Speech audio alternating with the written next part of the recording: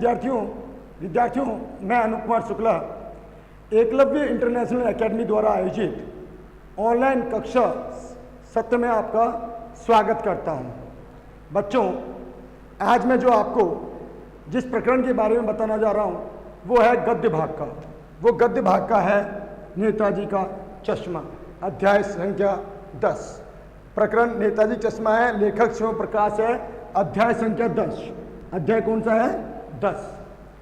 बच्चों, इसमें आपको मैं भली बातें बता दूं कि यहाँ पे चारों ओर सीमाओं से घिरे भूभाग को, चारों ओर की सीमाओं से घिरे भूभाग को वह देश नहीं कहा जाता।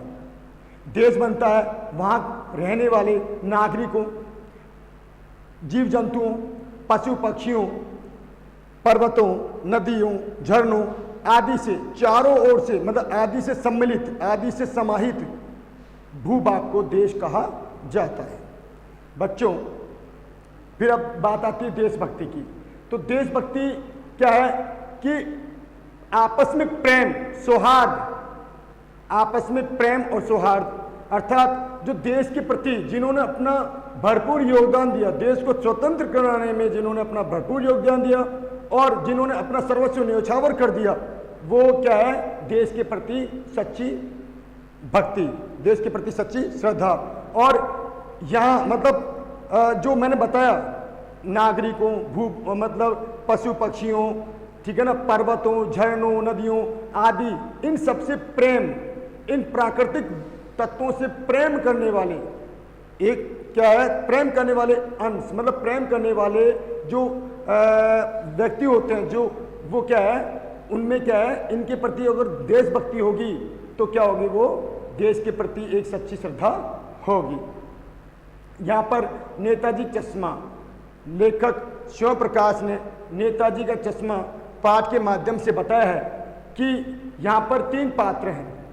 यहाँ पर पहला पात्र है हालदार साहब, क्या है? हालदार साहब। दूसरे पात्र हैं यहाँ पर कैप्टन चश्मे वाले, कैप्टन चश्मे वाले। और तीसरे पात्र हैं पान वाला। तीसरा पात्र क्या है? पान वाला। कैप्टन चश्मे वाले, हालदार साहब, पान वाला। ये 3 यहाँ पर चरित्र हैं। इनके इर्द गिर्द कहानी घूमती है, इनके इर्द गिर्द कहानी घूमती है। और जो पाठ जो बताया, इस अध्याय में जो बताया है, वो नेताजी की मूर्ति, यहाँ पर नेताजी की जो मूर्ति आपको दिख रही है, नेताजी की मूर्ति पर एक छोटा सा अंश, क्या? आंखों पर चश्मा, उसको केंद्रित करते हुए पूरे पाठ का वर्णन किया गया है।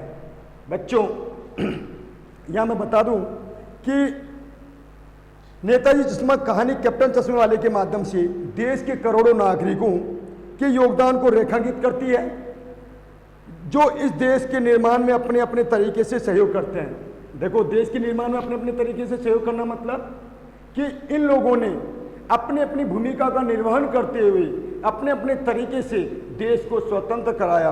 आज़ादी की जब बिगुल बजा था, आज़ादी के लिए, मतलब अपने देश को स्वतंत्र कराने के लिए जिन करोड़ों लोगों ने अपने अपना योगदान दिया, उन करोड़ों लोगों में से, उन करोड़ों लोगों में जो देश के प्रति एक जो जुझारूपन था, जो एक सच्ची श्रद्धा थी, जो सच्ची भावना थी, उसको देख करके, उनको देख करके ऐसा लगता है कि वाकई में उन लोगों ने मतलब उन लोगों में एक सच्ची देशभक्ति थी। वाकई में उन लोगों में देश के प्रति अपार भाव था, प्रेम भाव था, जिसको देख करके उन्हें लगा कि हमारा देश जो है पूर्ण रूप से स्वतंत्र होना चाहिए और उनकी जिन लोगों ने स्वतंत्र कराया उनका गुणगान होना चाहिए। यहाँ पर हालदार साहब और कैप्टन चश्मे वाले जो हैं, 2 पात्र जो हैं, इनमें एक सच्ची देशभक्ति उजागर होती है। सच्ची देशभक्ति क्या होती है? उजागर होती है। किस रूप में? हालदार साहब जो है हर 15 दिन में कंपनी के सिलसिले में, कंपनी के काम के सिलसिले में कस्बे से गुजरते थे। अब जिस कस्बे से वो गुजरते, उस कस्बे का वर्णन किया गया है। वो कस्बा कैसा था? उस कस्बे से गुजरते थे। कस्बा बहुत बड़ा नहीं था, कस्बा बहुत बड़ा नहीं था जिसे पक्का मकान कहा जा सके। वहाँ कुछ इक्के दुक्के मकान थे। और जिसे बाजार कहा जा सके, वहाँ एक छोटा सा बाजार था। छोटा सा बाजार था, एक ही बाजार था। कस्बे में एक लड़कों का स्कूल, एक लड़कियों का स्कूल, एक लड़कों का स्कूल, एक लड़कियों का स्कूल, ठीक है ना। और एक सीमेंट का छोटा सा कारखाना, सीमेंट का क्या है, छोटा सा कारखाना, और एक ओपन एयर सिनेमा घर, सिनेमा हॉल, एक ओपन एयर सिनेमा हॉल, और एक ठो नगर पालिका थी। देखो आई रिपीट अगेन, मैं आपको बता देता हूं कि जिस कस्बे का वर्णन किया गया है वो हालदार साहब जो है हर 15 दिन अपने कंपनी के काम के सिलसिले में उस कस्बे से गुजरते थे। अब उस कस्बे में कौन सी ऐसी बात है जिसे देख करके हालदार साहब जो है को कौतुक आया, हालदार साहब के मन में विचार उत्पन्न होने लगे।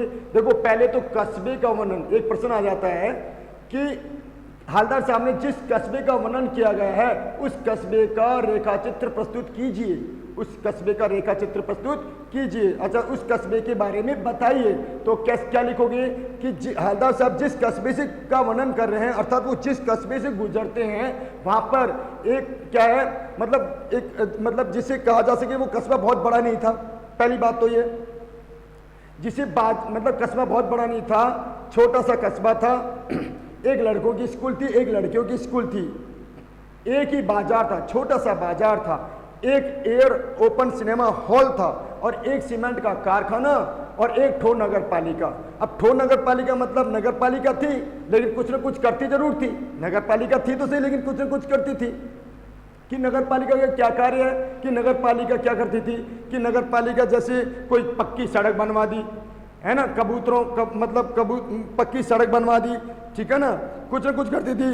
तो कभी कुछ पेशाब घर बनवा दिए, कभी कबूतरों की छतरी बनवा दी, कहने मतलब पक्की सड़क बनवाना, ठीक है ना, पेशाब घर बनवाना, कबूतरों की छतरी बनवाना आदि कार्य सम्मिलित थे नगर पालिका द्वारा। एक छोटी सी नगर पालिका थी वहां पर। देखो बच्चों, अब एक सवाल आता है नगर पालिका के। अब ये जो मूर्ति है, यहाँ पे जो मूर्ति है ये मेन बाजार में, मतलब मुख्य बाजार के मुख्य चौराहे, मतलब एक ही बाजार था, उस बाजार के मुख्य चौराहे पर जो मूर्ति थी, नेताजी सुभाष चंद्र बोस की जो मूर्ति थी, वो किसने बनवाई होगी, ये भी सवाल आ रहा है। तो उस नगर पालिका के किसी प्रशासनिक अधिकारी ने, बोर्ड के प्रशासनिक अधिकारी ने, उस नगर पालिका के बोर्ड के प्रशासनिक अधिकारी ने ये अपना जिम्मा लिया होगा। उससे लगा होगा कि नगर निगम की अर्थात बोर्ड की शासनावधि मतलब कार्यकाल, बोर्ड का कार्यकाल पूरा होने वाला है, क्यों ना मैं एक ऐसी उपलब्धि अपने नाम कर जाऊं या बोर्ड के नाम कर जाऊं जिससे क्या है कि इस कस्बे में क्या हो, सभी इस कस्बे वालों का नाम हो और बोर्ड का भी नाम हो। तो उस प्रशासनिक अधिकारी ने क्या किया होगा, एक नेताजी सुभाष चंद्र बोस की मूर्ति बनवाने का निश्चय किया होगा। और जब वो नेताजी की मूर्ति चश्मा की बनाने का जो पूरा फैसला हुआ होगा तो उन्होंने क्या किया, तो उन्होंने देश के अच्छे मूर्तिकारों की जानकारी जुटाई, देश के अच्छे मूर्तिकारों की जानकारी जुटाई। अब जानकारी जुटाई लेकिन उन्हें देश के अच्छे मूर्तिकारों को न मिलने पर उन्होंने वो सोचा कि हो सकता है कि उसमें लागत ज्यादा लग रही हो, लागत ज्यादा हो, खर्चा ज्यादा हो, लागत मतलब खर्चा ज्यादा हो, और जो बजट है बोर्ड का, जो बजट है उससे कहीं ज्यादा क्या हो, खर्चा आ रहा हो। तो उन्होंने ये सोचा कि भाई इसमें तो हमें ज्यादा भागदौड़ करनी पड़ जाएगी, उहापन मतलब ज्यादा भागदौड़ करनी पड़ जाएगी, और ज्यादा भागदौड़ करने से बचने के लिए उन्होंने क्या निश्चय किया होगा, उन्होंने किया होगा कि क्यों ना कस्बे के किसी इकलौते स्कूल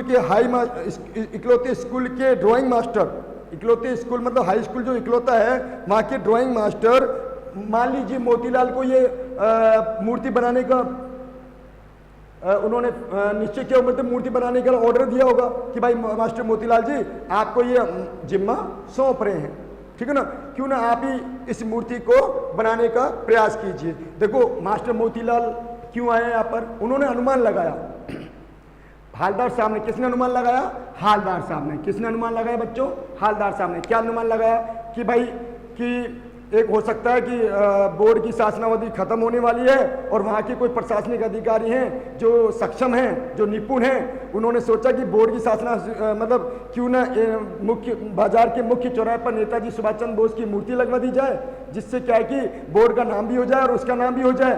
तो उन्होंने देश के जो अनेकों जो मूर्तिकार हैं उन्हें अनुमान नहीं होगा, जब अनुमान लगाया भी होगा, लेकिन उन्होंने सोचा कि बोर्ड का जो बजट है उससे कहीं ज़्यादा खर्चा बैठ रहा हो या फिर भाग दौड़ ज़्यादा हो रही हो, तो उससे बचने के लिए उन्होंने उसी कस्बे के हाई स्कूल के ड्राइंग मास्टर, उसी कस्बे के हाई स्कूल के ड्राइंग मास्टर, मान लीजिए मोतीलाल जी, उन्होंने मोतीलाल का अनुमान क्यों लगाया? क्योंकि मूर्ति के नीचे लिखा हुआ था, जब मूर्ति बनी थी, ये मूर्ति बनी हुई है तो यहाँ पर लिखा भी है, देखो यहाँ पर नीचे मास्टर मोतीलाल भी लिखा था। तो उन्होंने सोचा कस्बे का ही कोई मास्टर होगा, ड्राइंग मास्टर है, तो उन्हें बनाने का फैसला किया होगा, उन्हें बनाने का ऑर्डर दिया होगा। लेकिन वो जल्दबाजी में क्या है, मूर्ति तो बना ली, लेकिन जल्दबाजी में उन्होंने क्या है, हो सकता है मूर्ति का जो आंखों का चश्मा है, मूर्ति नेताजी की आंखों का चश्मा बनाना भूल गए होंगे, नेताजी की आंखों का चश्मा बनाना भूल गए होंगे और उन्होंने बनाया भी होगा। हो सकता है उन्होंने मूर्ति मतलब आंखों का चश्मा बनाया भी होगा तो वो नहीं बन पाया होगा, टूट गया होगा, उसको ज़्यादा घिसने के चक्कर में टूट गया होगा, या उसको एक नया आकार देने के चक्कर में वो मतलब उनसे नहीं बन पाया होगा, टूट गया होगा। अब देखो यहाँ पर आ सका है कि जैसा कि मूर्ति किसकी है, संगमरमर की। मूर्ति किसकी है बच्चों, संगमरमर की। अब संगमरमर की मूर्ति तो है तो चश्मा भी किसका होना चाहिए, संगमरमर का। और मूर्ति जो संगमरमर की है वो टोपी की नोक से लेकर कोट के दूसरे बटन तक, यहाँ टोपी की नोक से लेकर कोट के दूसरे बटन तक की मूर्ति है, जिसको कहा जाए बस्ट, जिसको क्या जाए बस्ट और सुंदर। मूर्ति सुंदर और बस्ट मतलब बहुत अच्छी है ना, मूर्ति सुंदर और बस्ट है। कोट की मतलब टोपी की नोक से लेकर कोट के दूसरे बटन तक जो है मूर्ति का पूरा यहाँ पे वर्णन है। छोटी सी मूर्ति है जिसको यहाँ तक देखो, जैसे मैंने ये दूसरा बटन है, यहाँ तक मूर्ति है। अब मूर्ति तो है लेकिन क्या है, मूर्ति तो है लेकिन मूर्ति पर क्या है, चश्मा नहीं है, संगमरमर का चश्मा नहीं है। अब मूर्ति है फौजी वर्दी में है, मूर्ति भी किसमें है, फौजी वर्दी में है। कुछ मासूम और कमसीन भी है, कुछ मासूम और कमसीन मतलब हसीन मूर्ति। कमसीन मतलब क्या होता है बच्चों, हसीन, बहुत सुंदर, मतलब मासूम है, कुछ मासूम लग रहे हैं, देखने में ऐसा प्रतीत होता है जैसे नेताजी सुभाष चंद्र बोस काफी मासूम लग रहे हैं और कमसीन लग रहे हैं, बहुत अच्छे लग रहे हैं। फौजी वर्दी में है मूर्ति, किसमें, फौजी वर्दी में। अब यहाँ पर जो है मूर्ति को देखते ही उन्हें हवलदार साहब को क्या याद आने लगता है, मूर्ति जब हवलदार साहब ने देखी तो उनको देखकर याद आने लगा, दिल्ली चलो का नारा याद आने लगता है, और तुम मुझे खून दो मैं तुम्हें आज़ादी दूंगा।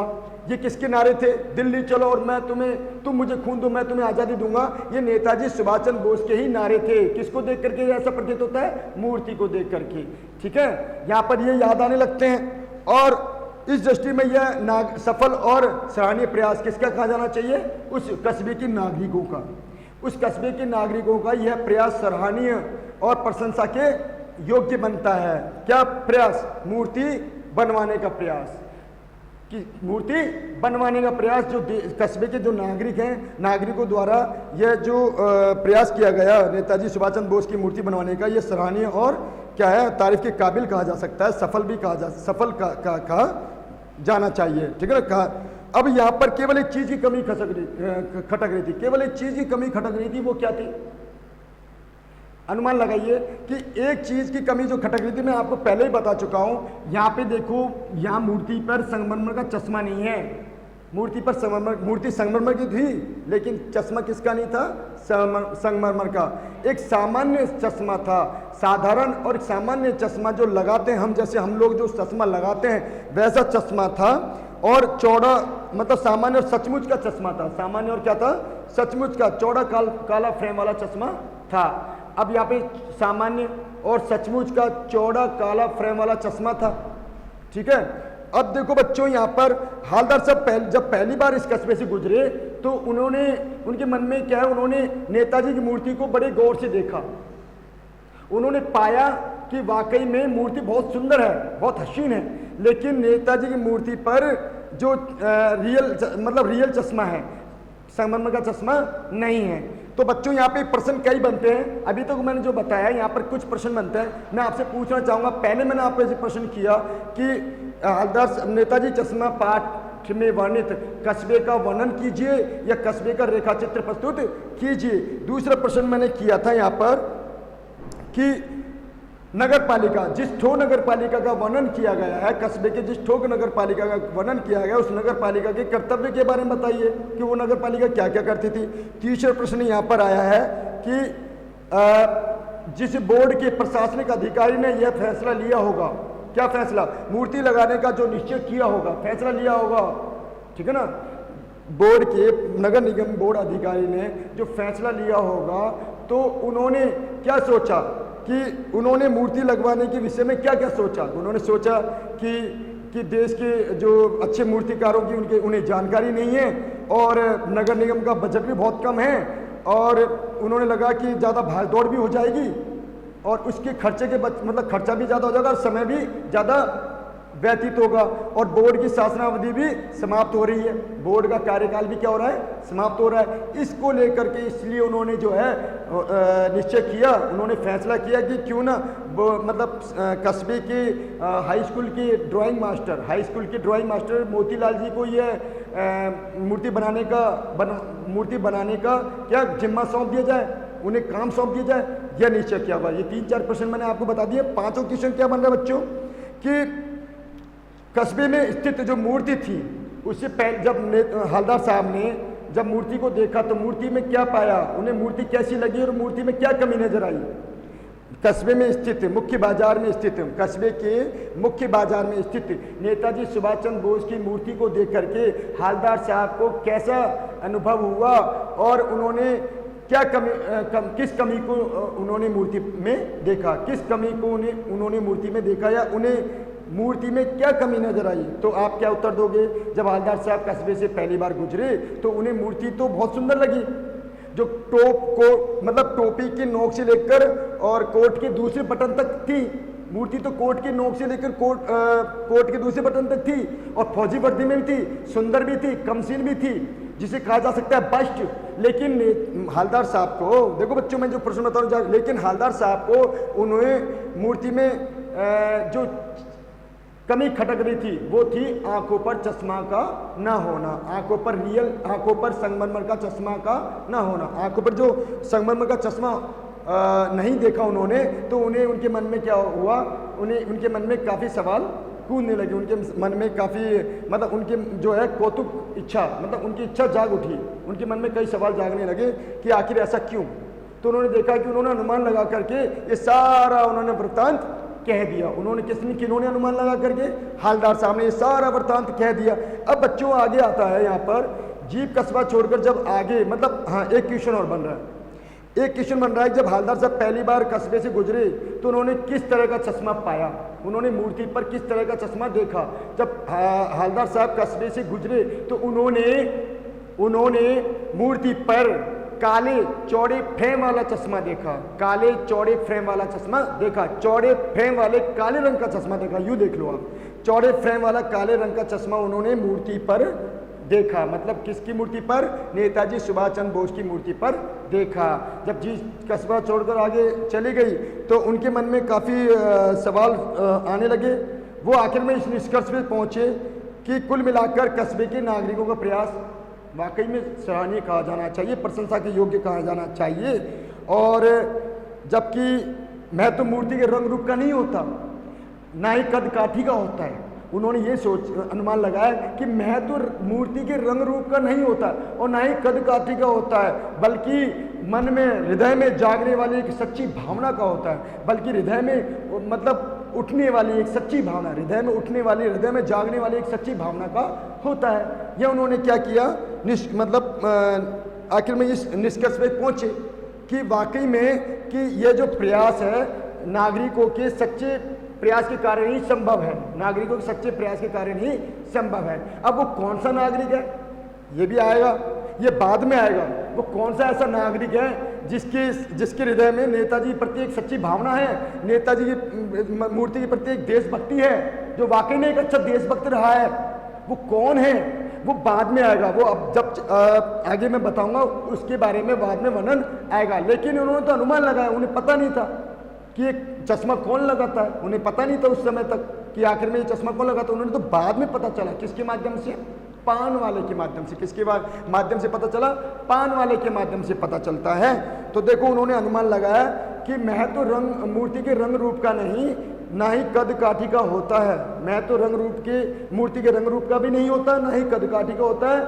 मैं तो उस भावना को होता है जो हृदय में समाई हुई है, जो हृदय में समाई हुई है और जो ऊपर उठ करके, हृदय से ऊपर उठ करके अपने मतलब मन, हृदय से ऊपर उठ के मन मस्तिष्क में मतलब घूमते हुए और एक अच्छा काम करने में अच्छा काम करने के लिए क्या करना?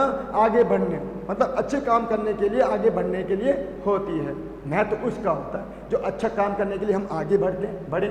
कुछ अच्छा करने के लिए हमारे मन में भी देशभक्ति होनी चाहिए, हमारे मन में भी सच्ची सद्भावना होनी चाहिए, हमारे मन में भी प्रेम कूट के भरा होना चाहिए। ठीक है ना? तो ये यहाँ पर उन्होंने जीव जब आगे बढ़ते हुए सोचा, किसने सोचा? हालदार साहब ने। आगे बच्चों में बताता हूँ। दूसरी बार जब हालदार साहब कस्बे से गुजरते हैं तो उन्होंने क्या परिवर्तन देखा? जब दूसरी बार हालदार साहब कस्बे से गुजरते हैं तो उन्होंने परिवर्तन पाया कि जो पहली बार उन्होंने जब पहली बार गुजरे थे उस समय कौन से फ्रेम वाला चश्मा देखा था? चौड़े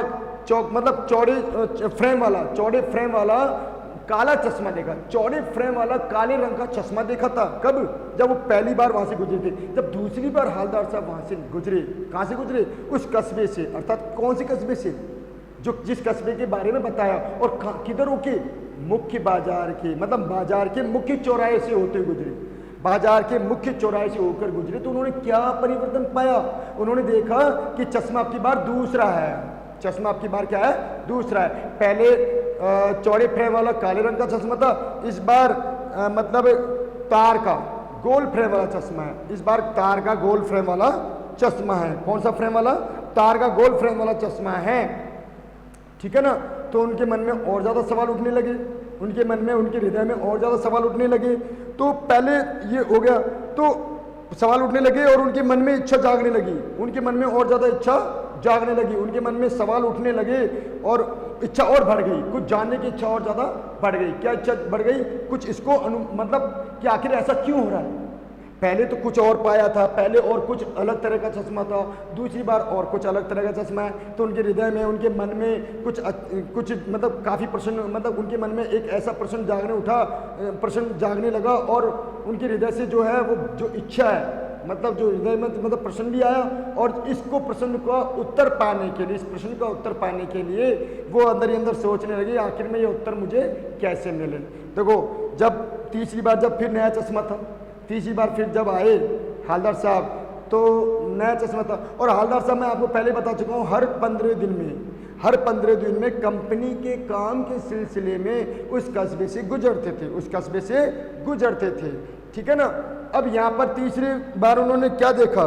तीसरी बार हालदार साहब को आदत पड़ गई, हालदार साहब को भाई आदत पड़ गई ये जानने की आखिर ऐसा क्यों हो रहा है, आखिर में ये ऐसा क्यों हो रहा है, बार बार चश्मा क्यों बदलता जा रहा है, बार बार चश्मा क्यों बदलता जा रहा है, या नेताजी की आंखों पर बार बार चश्मा क्यों बदलता जा रहा है। उन्हें आदत पड़ गई क्या कुछ जानने की, उन्हें उस कस्बे से गुजरते तो थे ही, वहाँ रुकने की आदत पड़ गई और उसके बारे में जानने की आदत पड़ गई। तब तीसरी बार जब वहाँ से गुजरे तो चौराहे पर रुकते, तब वो गुजरे तो वो हमेशा आदत पड़ी, क्या आदत पड़ी कि वो चौराहे पर रुकते, पान वाले की दुकान पे रुकते, पान खाते और मूर्ति को ध्यान से देखते।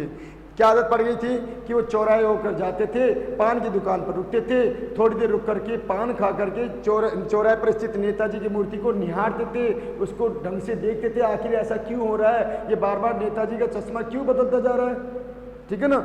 अब आगे क्या होता है बच्चों, तो उनका जो इच्छा है, जानने की जो इच्छा है, कौतूहल है, उनकी जो शंका है, मन में जो शंका हो रही थी, मन में जो प्रश्न उठ रहे थे वो और ज़्यादा बढ़ने लगा, और ज़्यादा क्या होने लगा, बढ़ने लगा। और जब ज़्यादा बढ़ने लगा तो पान वाले से आखिर पूछ ही लिया।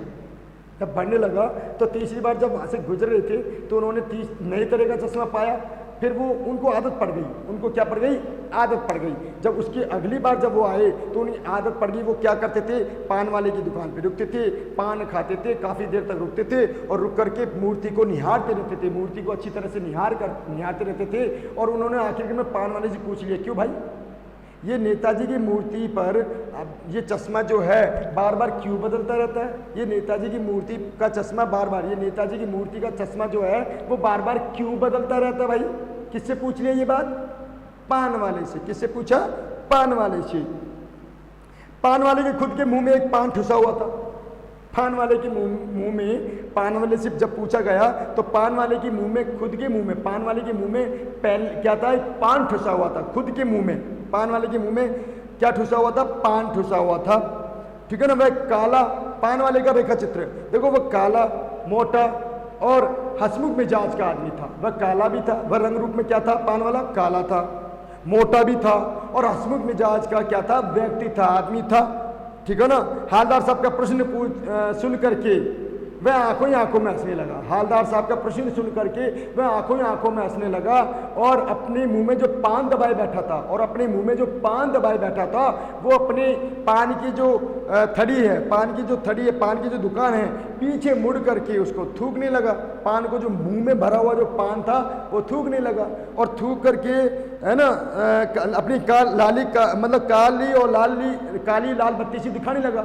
थूकते हुए जब वो बोलने लगा तो उसके दांत कैसे नजर आ रहे थे? काले और लाल। कैसे नजर आ रहे थे बच्चों? काले और लाल बत्तीसी। बत्तीसी मतलब दांत, बत्तीसी मतलब क्या होता है? दांतों को। काले और लाल दांतों को मतलब दिखाते हुए बोलने लगा, कैप्टन चश्मे वाला करता है साहब। ये कौन करता है? ये आखिर में मूर्ति कौन लगाता है? कैप्टन चश्मे वाला। कौन लगाता है बच्चों? कैप्टन चश्मे वाला। अब देखो, हालदार साहब का वर्णन आ ही गया था, पान वाले का अब ये भी आया और अब किसका आ गया? कैप्टन चश्मे वाले।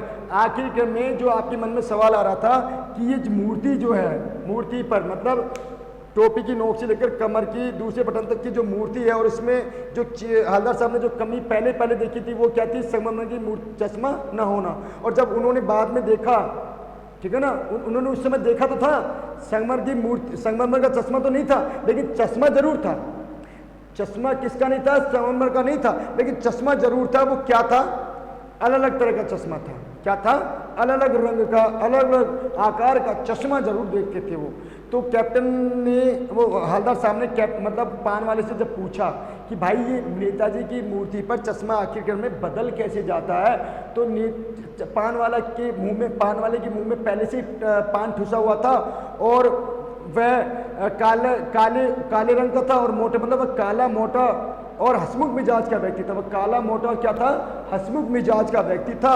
उस, है ना, जब वो बोलने के लिए उतार हुआ तो उससे पहले क्या करना? अपनी दुकान से पीछे मुड़कर थूकने लगा। और जब वो थूकने लगा तो बोलना स्टार्ट किया तो उसके दांत कैसे थे? काले और लाल रंग के थे। काली और लाल बत्ती सी दिखाना, काली और लाल बत्ती सी मतलब काले और लाल दांतों को दिखा करके बोला। क्या बोला? हंसते हुए बोला, है ना, मतलब काले लाल दांतों को दिखाकर बोला कि साहब कैप्टन चश्मे वाला करता है। अब इसका मतलब कि कैप्टन चश्मे वाला इस मूर्ति की आंखों पर चश्मा बार बार बदलता रहता है। ठीक है ना। कौन बोला? ये पान वाला। अब यहाँ पे प्रश्न आता है कि मतलब नेताजी चश्मा पाठ के आधार पर पान वाले का रेखा चित्र प्रस्तुत कीजिए। पान वाले का रेखा चित्र प्रस्तुत कीजिए। तो आपको ये मैंने बता दिया रेखा चित्र, पान वाला कैसा था,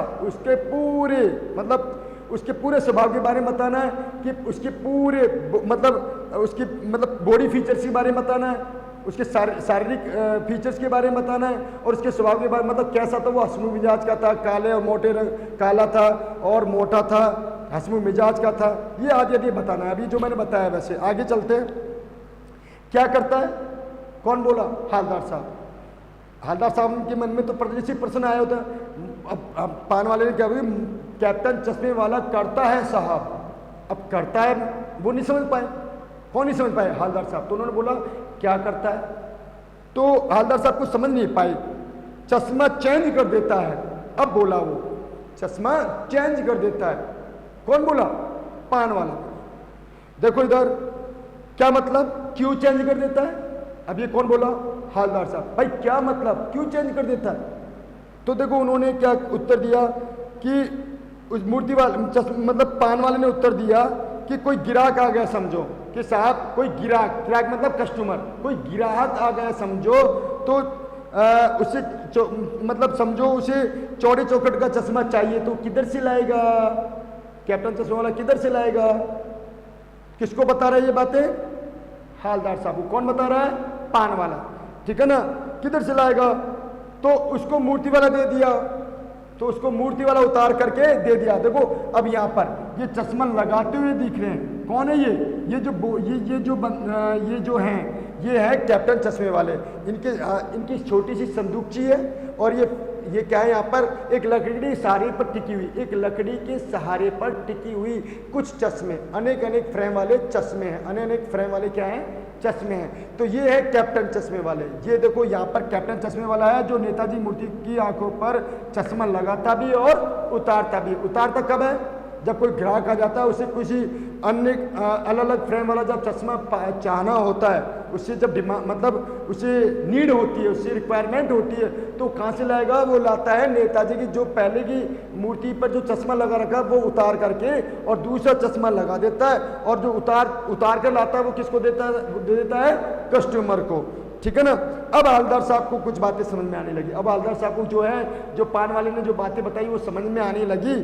तो एक चश्मे वाला है साहब जिसका नाम कैप्टन है। मतलब क्या समझ में आने लगा भाई? एक चश्मे वाला है, एक चश्मे वाला है जिसका नाम क्या है? कैप्टन है। क्या नाम है उसका? कैप्टन। उसे नेताजी के बगैर चश्मे वाली मूर्ति आहत होती है, परेशान करती है। उसे नेताजी की बगैर चश्मे वाली मूर्ति किसको आहत करती है? किसको आहत करती है? किसके मन को ठेस पहुंचाती है? कैप्टन के मन को। किसके मन को ठेस पहुंचाती है? कैप्टन चश्मे वाले के मन को। क्यों? क्योंकि वो नेताजी सुभाष चंद्र बोस का क्या था? बड़ा भक्त था। नेताजी सुभाष चंद्र बोस का क्या था? वो भक्त था, वो देशभक्त था। नेताजी सुभाष चंद्र बोस के प्रति उसके मन में क्या थी? एक सच्ची श्रद्धा थी, सच्ची भावना थी, प्रेम भावना कूट कर भरी हुई थी। और वो जब नेताजी की मूर्ति पर चश्मा बनाना भूल गया तो कौन? मास्टर मोतीलाल। और बनाया भी होगा तो टूट गया होगा।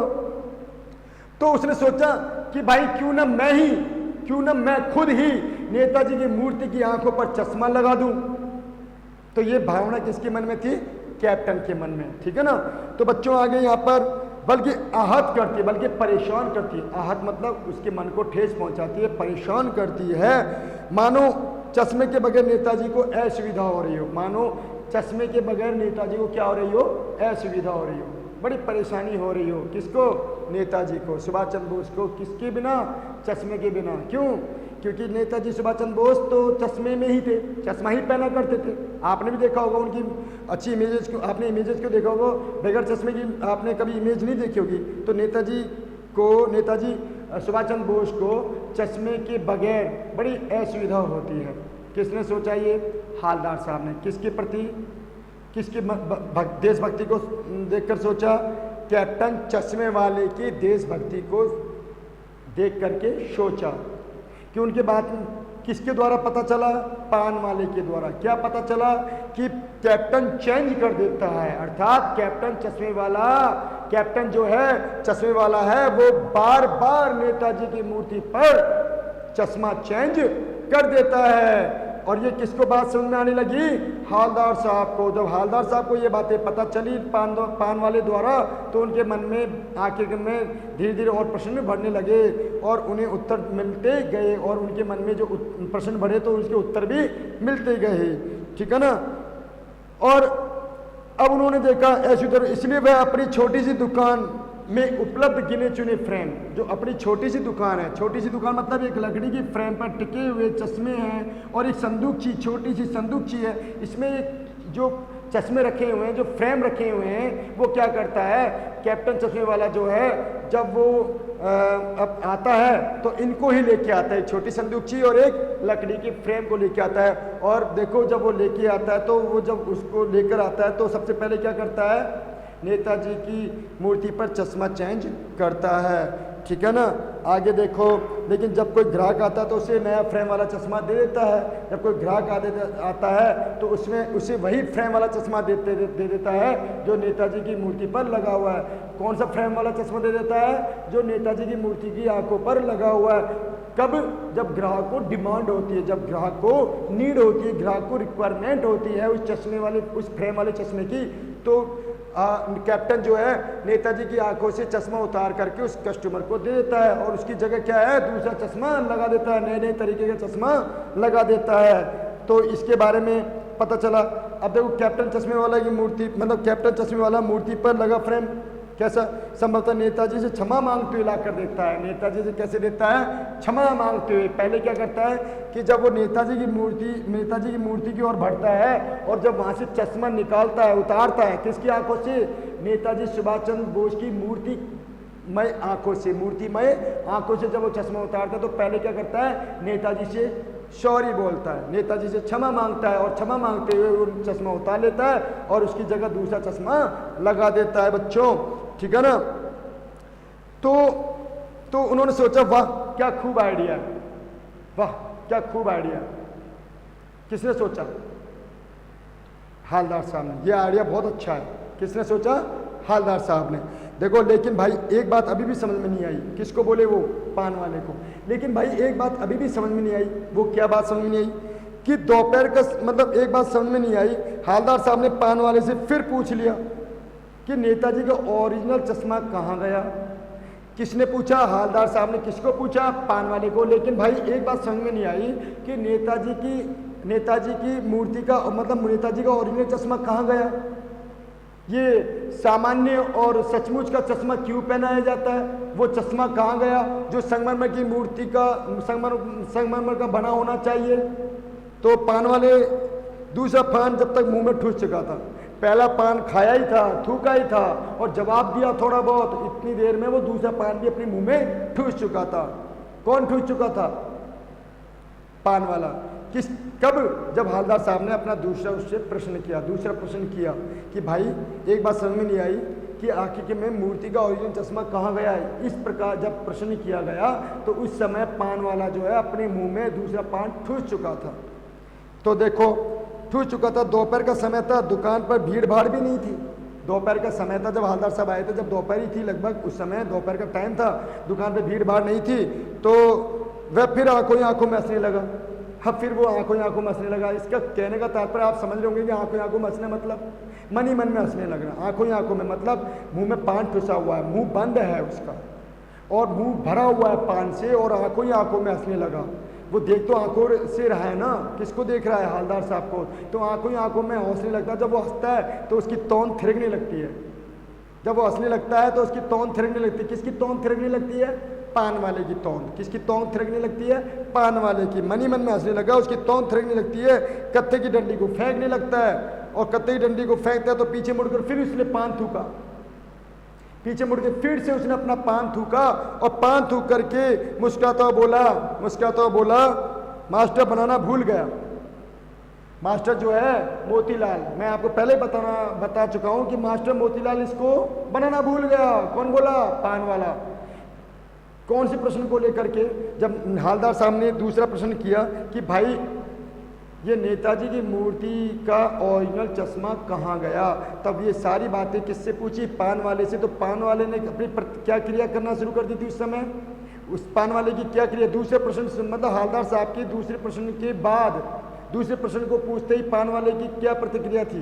मतलब पान वाले की शारीरिक हाव भाव कैसे थे? तो पान वाले के शारीरिक हाव भाव कैसे थे? वह दूसरा पान ठूस चुका था और वह दूसरा पान ठूस चुका था और आंखों में फिर से हंसने लगा।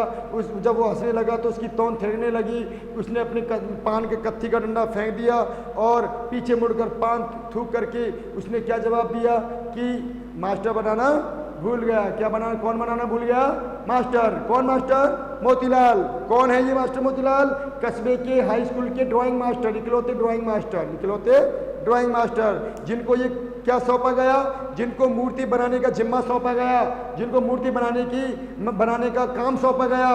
और वो जल्दबाजी में हो सकता है उन्होंने चश्मा बनाना भूल गए और बनाया भी होगा तो वो क्या है, ज़्यादा अधिक मात्रा में घिसने के कारण, उसे और ज़्यादा बारीकी देने के कारण, उसे नया रूप मतलब और ज़्यादा अच्छा लुक देने के लिए, उसको और ज़्यादा अच्छा लुक देने के लिए हो सकता है उसको ज़्यादा घिस दिया होगा, और जब घिस दिया होगा तो वो टूट गया होगा। वो क्या हो गया होगा? टूट गया होगा। बच्चों मुझका तो मतलब मास्टर बनाना भूल गया। पान वाले के लिए एक अजीब मज़ेदार बात थी। पान वाले के लिए मज़ेदार बात जरूर थी, लेकिन हालदार साहब के लिए आश्चर्यचकित और द्रवित कर देने वाली यह बात पान वाले के लिए मज़ेदार थी, क्योंकि पान वाला तो इसको इतना पता है कि वो तो अपना पान बेच रहा है। वो जैसा पूछा गया उसने बता दिया। वो तो हंसमुख स्वभाव का था, मज़े ले रहा था वो तो। ये बातें मज़ेदार थी, लेकिन हालदार साहब के मन में और भी ज़्यादा प्रश्न उठने लगे। आश्चर्यचकित मतलब आश्चर्य होने लगा। हालदार साहब को क्या होने लगा? आश्चर्य होने लगा और मन पिघलने लगा। उनका धीरे धीरे क्या है, मन और ज़्यादा पिघलने लगा। क्या जानने के लिए? इसके बारे में जानने के लिए कि आखिर ऐसा क्यों, कि आखिरकार में ऐसा क्यों। तो देखो, पान वाले के लिए एक मज़ेदार थी हो गया। तो यहाँ पर यानी वह ठीक सोच रहे थे, यानी वो ठीक सोच रहे थे। मूर्ति के नीचे लिखा भी था, यानी वो ठीक सोच रहे थे। मूर्ति के नीचे लिखा मूर्तिकार मास्टर मोतीलाल, मूर्ति के नीचे लिखा था। ये मूर्ति जो है यहाँ पर आसपास लिखा हुआ था मास्टर मोतीलाल। वो कौन सोच रहे थे? हालदार साहब पहले ही सोच रहे थे। आपको जब मैंने पाठ का आरंभ किया था तब मैंने बता दिया कि उन्होंने अनुमान लगाया। किन्होंने अनुमान लगाया?